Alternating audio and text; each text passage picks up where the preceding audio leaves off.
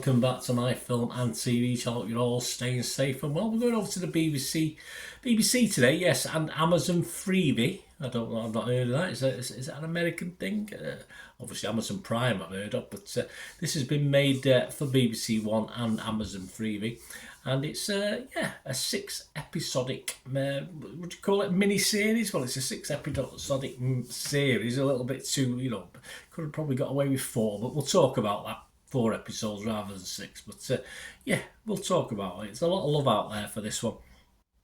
It's called Boat Story. Please, if you're new to the channel, push that subscribe button, push the bell notifications, everything film and TV. I review a series like these, the latest film reviews, documentaries, lots of different things on the channel. So please push that button and join us, and push that notification button. Great to have you on board. If you can give us a like for this vlog, a little thumbs up, be much appreciated. And leave us your comments on this series or anything else to do with film and TV. If it requires a response, I will. If it just requires me giving you a thumbs up, I will do. So please get in touch, and yes, please enjoy. Boat Story, made for BBC One and Amazon Freevee. This was available on BBC One from the 19th of November 2020. I would say 1923, then I've gone back in time, on 2023. All episodes where I watched it and binge watched it on iPlayer, and it's available actually on DVD and Blu-ray from the 11th of December 2023, $13.99 on DVD and $16.99 on Blu-ray. So there you go, you'll be able to buy this as well if you like it. Written and co-directed by Jack and Harry Williams. It stars, amongst others, Daisy Haggard, Patterson Joseph, Checky Cario, Joanna Scanlon, Craig Fairbrass and Phil Daniels, and it premiered on BBC One on the 19th of November 2023, so it's on weekly on there. And yes, it's gonna, I should have known, I wrote it. Amazon Freevee is of course availability on there in the United States, so that's the United States one. On Internet Movie Database, it's scoring 7.7 out of 10, so that's pretty good, isn't it, based on 297 scores and reviews. So not a massive amount, but not a bad result for them.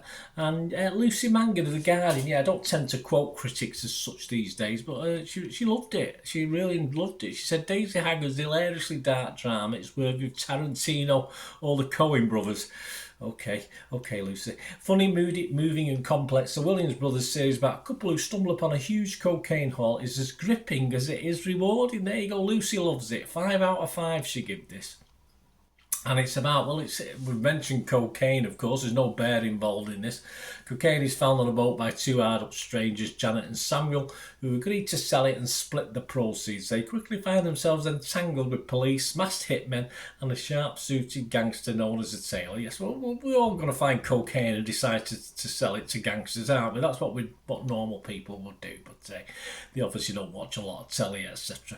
Right, my little thoughts on this, guys. As I said, there's just the Internet Movie Database score, not much else. So I'm going to be fairly negative to start with. Boat Story is not perhaps for me as clever as it thinks it is, and certainly as clever as Lucy thinks it is from The Guardian. And really, Tarantino and the Coen brothers, well, some of their best stuff was 25, 30 years ago, so I'll comment about that. We've got a fair amount of subtitles in this as well. There's a French character, so there's a bit of backstory in French, etc., and current story in French as well. So if you say that totally puts you off, don't worry. I would say it probably makes up about 5 to 10% of the whole series. It's not bad, don't get me wrong. It just has the feel of something, as I said, that would have been clever and quite good to watch. Well, it's okay to watch, don't get me wrong, but would have been clever 20 or 30 years ago. But it's a bit old hat for me, this. And I say it was trying too hard. Some characters work, others for me are a bit annoying. Just to name one, the Bobby in it, Officer 2, played by Ethel Lawrence, he just annoyed me in fairness. The acting talent was adequate, bit of a mix. Nice to see 1 or 2 faces like Joanna Scanlon and Craig Fairbrass, 2 actors I like. The only one big disappointment for me, it's quite early on in the series, there's a violent scene. Specifically, it's an invasion of a police station. I'm not going to give too much away, but the actual scene that goes on probably about 5 minutes doesn't sit right for me in the context of this series. I do like dark humour, don't get me wrong, I'm not averse to violence, but there's nothing to be gleaned from this sequence for me. I just thought it was very poorly done. It could have been done another way with the same effect, but it's less visibly visible and what's the word, gratuitous violence. He could have done it without that. As I said, I'm not averse to violence. I like violence in the film. There's other violence in this film that sits fine in it, but yeah, the police station. Anyway, if you watch it, see what you think, guys. I just thought it was unnecessary. And it's certainly not half a mark off for me, that little bit. There's a narrator at times. There's a narrator as well who talks through it, and I found him a bit annoying. Although he does keep the story moving and let you know what's going on, which is always helpful for old heads like mine. But I just found it all a little bit dragged out. I found myself growing a little weary at times, certainly as a binge watch. It may have been better watching it, say, weekly, with a recap, which they do have before each episode. I mean, the concluding episode, though, was possibly the best of the 6, but of course, if it was too long, it could have been the best of 4, couldn't it? But yeah, by the time I watched the last episode, I was tempted to give it a higher score actually, but I thought, no, think about what's come before, Bernard. Don't give in to the fact that it's a good last episode. So there you go, a few negatives, but say all things considered, as I say, it's okay, it's fine, it's entertaining enough. 3 or 4 episodes would have worked better for me. But it's not, as I said, it's not quite as edgy and clever.